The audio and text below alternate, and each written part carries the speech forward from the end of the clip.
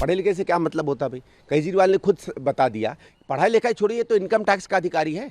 इसने तो संविधान की कस्में खाई हैं, तो संविधान में जानता है, और तो पूरी जिंदगी दिल्ली में रहा, इसने कहीं काम तो किया नहीं है। कभी कभी आपने देखा होगा ना, वो एक जो बच्चा होता है ना घर में, बेकार में रोता है, मम्मी मम्मी मम्मी मुझे ये नहीं मिला, मम्मी मुझे वो नहीं मिला, और जो कहा जाता है ना हिंदी में कि अंग्रेजी का एक है कि bad carpenter always blames his tools, कि ये खराब बढ़ई जो है हमेशा अपने औजारों पर उंगली उठाता है, वो काम नहीं कर पाता है। उस समय अलग था, उस समय ये नहीं शायद लोगों को पता था कि एक मक्कारी का एक उदाहरण बन के ही व्यक्ति निकलेगा और इतना झूठा निकलेगा। हमारी पार्टी में लोगों को समझ में आता था, ठीक है कांग्रेस के विरोध में है, लेकिन कुछ ये बातें ऐसी कर रहा जो अपने में ठीक होंगी, इसलिए उस समय समर्थन दिया था। वो तो बाद में इसकी परतें खुली, तब पता चला कि इसका सही रूप क्या है। जिन चीज़ों के लिए अरविंद केजरीवाल बार बार मोदी पर उंगली उठाते हैं कि वो मुद्दों से भटकते हैं, मुद्दों पे चर्चा नहीं करते हैं, वो सारे की सारी उस पर अप्लाई करती है। देखिए, एक ज़माना था जब हम लोगों को लगता था कि दिल्ली को पूरे राज्य का दर्जा मिलना चाहिए, लेकिन जब अपना अनुभव हुआ दिल्ली का और कुछ समय से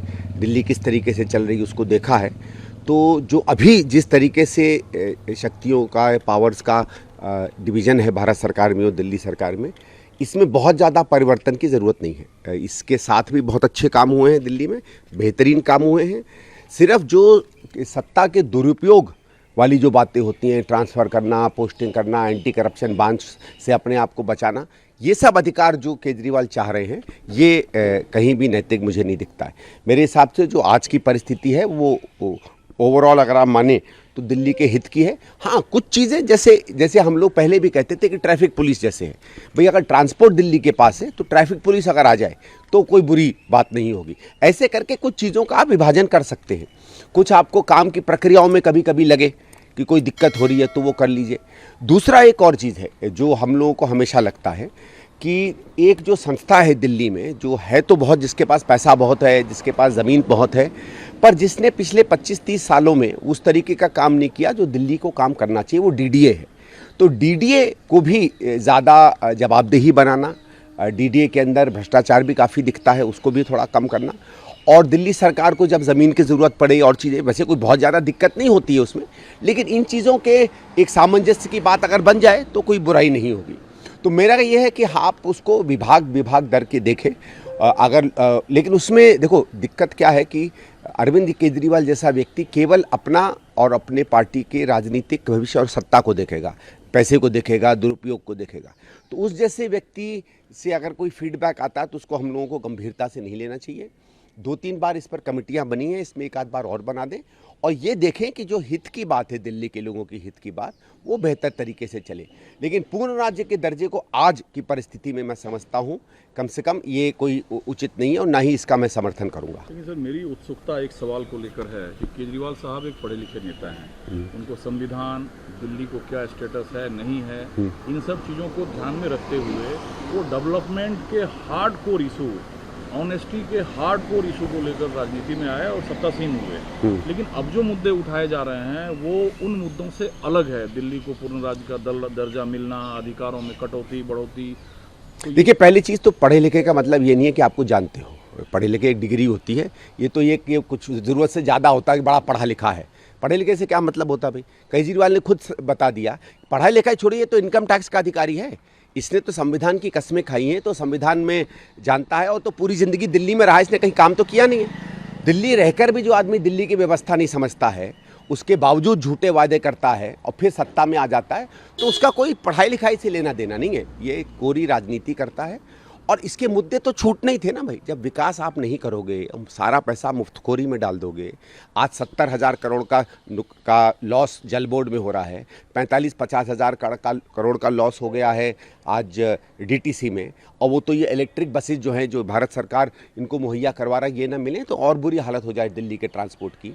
आज आपकी मेट्रो जो हमारे समय में चालू हुई थी, वो तक अभी तक पूरी नहीं हो पाई हैं। नई मेट्रोज़ के निर्माण की तो बात छोड़ दो, तो वो सब अलग बात है। ये इसलिए इन मुद्दों पे आ रहा है कि कभी भी एक नेता जब सत्ता पे काबिज हो जाता है और उसका झूठ पकड़ा जाता है, और जिन चीज़ों के कारण वो आया वो सब के सब गलत और झूठी दिखती हैं, तो फिर वो नए मुद्दों पे जो है पूरा ध्यान भटकाने की कोशिश करता है। जिन चीज़ों के लिए अरविंद केजरीवाल बार बार मोदी पर उंगली उठाते हैं कि वो मुद्दों से भटकते हैं, मुद्दों पर चर्चा नहीं करते हैं, वो सारे की सारी उस पर अप्लाई करती है। उसने अपनी असेंबली में कहा कि नरेंद्र मोदी ने मणिपुर पे चर्चा नहीं की। ये बात तो कांग्रेस ने उठाई थी, हमारे लोग गए थे मणिपुर, राहुल जी वहाँ गए थे। लेकिन आपने क्या कभी भी दिल्ली के विकास के मुद्दे पर चर्चा की है दिल्ली असेंबली में? जो बात बीजेपी भी कहती है, हम लोग भी उस बात को बार बार कहते हैं। दुर्भाग्य से हमारा कोई विधायक नहीं है, ठीक है, दिल्ली के लोग नहीं चाहते कि हम संसद में जाकर उनकी बात, विधानसभा में जाके उनकी बात रखें। लेकिन जो गए हैं वो भी जब रखना चाहते हो तो ये मौका थोड़ी देता है। और इसीलिए क्योंकि अगर चर्चा नहीं होगी तो फिर आपकी बात छुप सकती है, आपकी कमियां छुप सकती हैं।